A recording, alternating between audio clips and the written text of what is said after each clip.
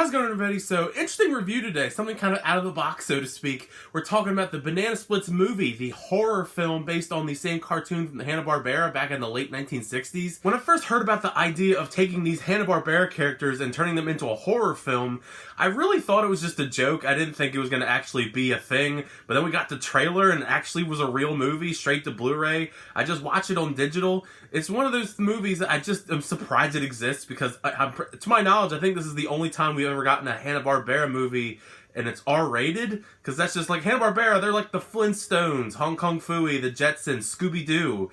And then even this show is a kid's show, but we're going to give it a horror spin, just not something I think is very conventional, but maybe because it's so out of the box, maybe it could have been fun. The film does have a heavy amount of similarities to the video game franchise Five Nights at Freddy's, because the main central point of this film is centered around this kid and his family go see the show, the Banana Splits, and then the animatronics in the show go awry and they start murdering people. Which, in that part of the context, with the animatronics going awry and murdering people, that's essentially what the video game Five Nights at Freddy's is about. I'm not really sure what the target demographic for this film is, because you're taking a kid's show from the late 1960s and then you're turning it into a horror film in 2019, which in itself just seems rather confusing. So I don't know if Banana Split fans out there are really looking forward to this kid's show that they grew up on, then turning into these animatronics and the murderers, but it's just so weird on so many levels, and I think that's why you can get some entertainment out of this. I'm a horror fan, so that's why I was just curious to see how it was going, but I don't know if horror fans are gonna actually enjoy this a lot, just because it's so weird of a concept, but I mean, there's a lot of weird horror films out there. I think in the right mindset, though, I think you could actually have some fun with this movie. I went in expecting, one of the worst movies ever, but there actually is some enjoyable aspects, especially as a horror fan. For example, this movie is R-rated. It's an R-rated Hanna-Barbera movie. The novelty's already there, and they actually go for a lot of really interesting, gory, brutal deaths that even I was kind of shocked at, seeing these animatronics murder these people in such gory fashion. I guess in that sense, it's satisfying on that level, because you get some creative kills from these animatronics going awry, which is weird in itself, because in the movie it's a sophisticated AI, kind of similar to the Child's Play remake a couple months ago.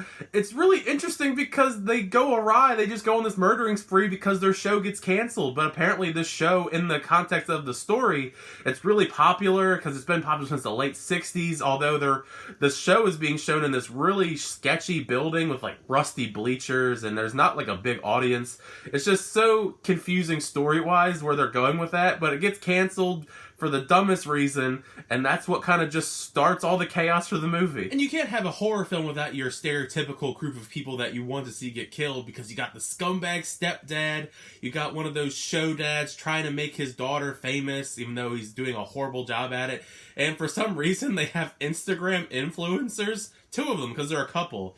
And that's probably the weirdest one out of the whole bunch, these Instagram influencers, even though they're not really, really popular, because they only have, 200 people on their live stream. It's just a really weird cast of characters, and of course the actual family itself that we follow partially throughout the movie. They kind of have some of the main focus, but they really don't, because we get more focus on the actual animatronics. The actual suits themselves for the animatronics, they're like what you'd expect from a straight-to-Blu-ray kind of movie. They're okay enough to get the job done. They kind of remind me of those Chuck E. Cheese suits from back in the day, where they'd actually have the animatronics. It's similar to Five Nights at Freddy's in that sense, but I did like all the different characters. You got Drooper, Bingo, Snorky, Fleagle. I mean, if you're a fan of those characters, you may not be that excited that your characters you grew up watching are murdering these people in really gross ways, and then they get pieces of them torn off and they turn into Terminators. It's just such a weird concept for a movie, but there is some fun to be had with it. It's not a completely terrible experience that I was expecting going in. The acting wasn't really great overall. Some of the performances were kind of actually pretty bad, especially the main kid's brother, his older brother. He felt like he was just sleepwalking through the whole movie. He's supposed to be this burnout character, but he kind of has no emotions. Other than him, I mean, everybody else is just what you would expect from one of these kinds of movies. The directing and the cinematography are a little flat, but it is a straight-to-Blu-ray movie. but it could have been shot a little bit better. Some of the scenes, especially towards the latter half of the film, really just look really rough, and you could tell like probably they only did 1 or 2 takes, gave up, and just moved on. But yeah, I ended up having some fun with this movie. I did go in with very low expectations, but it's very cheesy and ridiculous. I mean, I probably laughed at things I wasn't supposed to laugh at. It's one of those kind of horror films, but I think you get some enjoyment out of it, especially with a group of friends. It's just one of those really weird movies. I don't know how something like this gets made, this R-rated Hanna-Barbera movie based on this property. I'm assuming they're not going to do this again, but if they did, maybe they're going to do pull out some other random Hanna-Barbera character and then make them a horror film as well. I don't really know. There's so many different Hanna-Barbera things that they could do anything with them. The options are endless. Now that you've heard my thoughts on the Banana Splits movie, let me know in the comment section down below. What did you think of the film if you've seen it? It's out on digital now. It's out on Blu-ray, and I think 2 weeks from now, I think that's when the Blu-ray comes out, and it'll be on the Sci-Fi channel, I think, later on.